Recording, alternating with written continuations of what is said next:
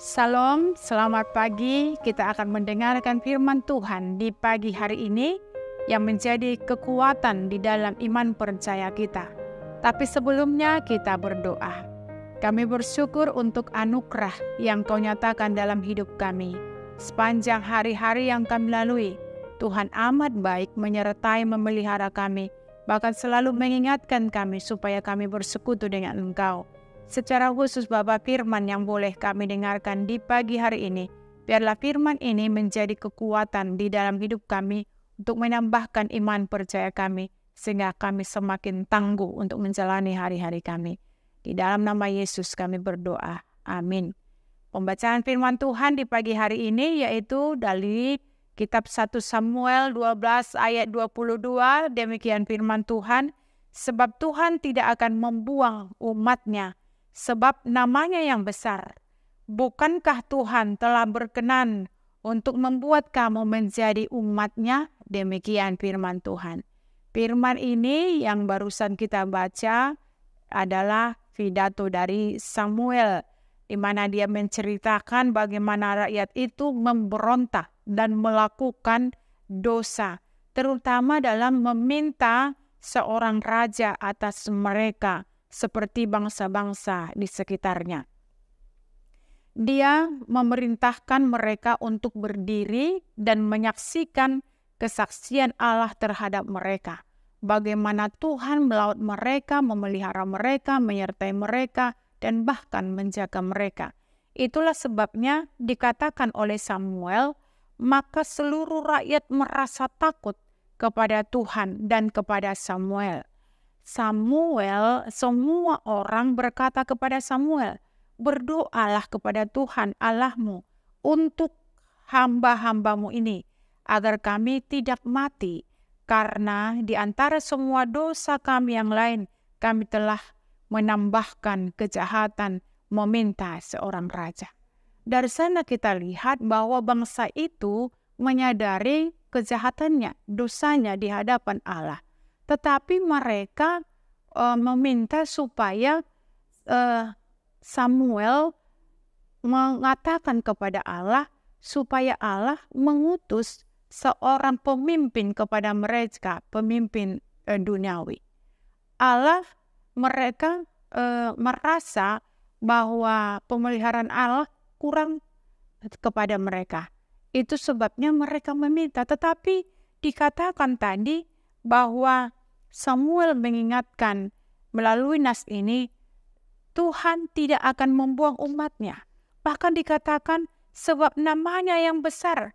Bukankah Tuhan telah berkenan untuk membuat kamu menjadi umat-Nya? Dari firman ini seharusnya bangsa itu menyadari bagaimana kasih setia Tuhan yang memelihara, menjaga mereka, dan yang mengingatkan mereka selalu dalam kehidupan mereka, supaya mereka meninggalkan hal buruk itu. Saudara, itu sebabnya dikatakan dia mengingatkan umat akan semua yang telah Tuhan lakukan bagi mereka. Dia kemudian mengingatkan mereka bahwa mereka adalah dipilih. Tujuan pemilihan Tuhan adalah keinginan Tuhan untuk memiliki umat-Nya sendiri. Bapak Ibu yang dikasihi Kristus, Samuel menjelaskan kepada orang-orang bahwa mereka tidak perlu takut karena Tuhan tidak akan meninggalkan mereka, tetapi mereka telah berbuat salah terhadap Dia. Tuhan telah membuat nama besar baginya di antara bangsa-bangsa melalui cara Dia memimpin bangsa Israel sejauh ini. Dia telah menunjukkan kasih dan kekuatannya dengan membawa mereka keluar dari dunia ini, tanah dari Mesir, dan kemudian menaklukkan tanah dari Kanaan bagi mereka untuk menetap. Dari peristiwa itu seharusnya bangsa itu harus benar-benar taat kepada Tuhan.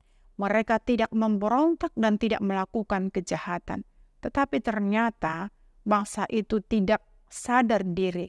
Mereka tidak melihat bagaimana Tuhan memberkati, melindungi, menjaga mereka.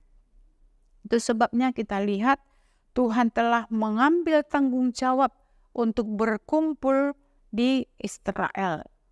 Dia membuat mereka menjadi sebuah bangsa. Sebelumnya mereka bukan apa-apa, tetapi sekarang mereka adalah sesuatu. Dia telah memilih mereka, dia telah membentuknya. Perhatian itu kepada Israel seharusnya menyadarkan bangsa itu dan mereka tetap setia kepada Allah. Inilah yang diingatkan oleh firman ini kepada kita juga. Dikatakan sebab Tuhan tidak akan membuang umat-Nya kalau kita menghadapi banyak penderitaan, kita menghadapi pergumulan, sakit penyakit yang tidak kunjung sembuh. Mungkin kita juga merasa bahwa Tuhan membuang saya. Kalau Tuhan tidak membuang saya, pasti ketika saya berdoa, berlutut, bersembah kepada Tuhan, Dia pasti mendengarkan doa saya. Itu mungkin yang kita katakan. Tetapi ingat Bapak Ibu, Allah tidak pernah membuang kita. Allah sangat mengasihi kita, buktinya kita lihat. Kita baru merayakan Jumat Agung. Dan kita juga merayakan, baru memestakan Paskah. Di sana kita lihat bagaimana bukti kasih setia Tuhan. Seharusnya kita yang menerima kematian yang kekal, tetapi melalui kasih-Nya, Dia menebus kita supaya kita tidak kena hukum. Tetapi kita mendapat kehidupan yang kekal.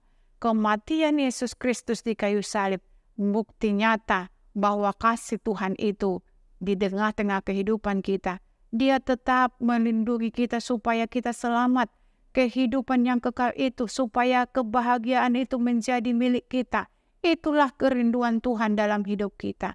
Karena itu Bapak Ibu, kalaupun banyak pergumulan yang terjadi dalam hidup kita, jangan katakan bahwa Tuhan itu membuang. Jangan katakan bahwa Tuhan itu tidak mengasihimu.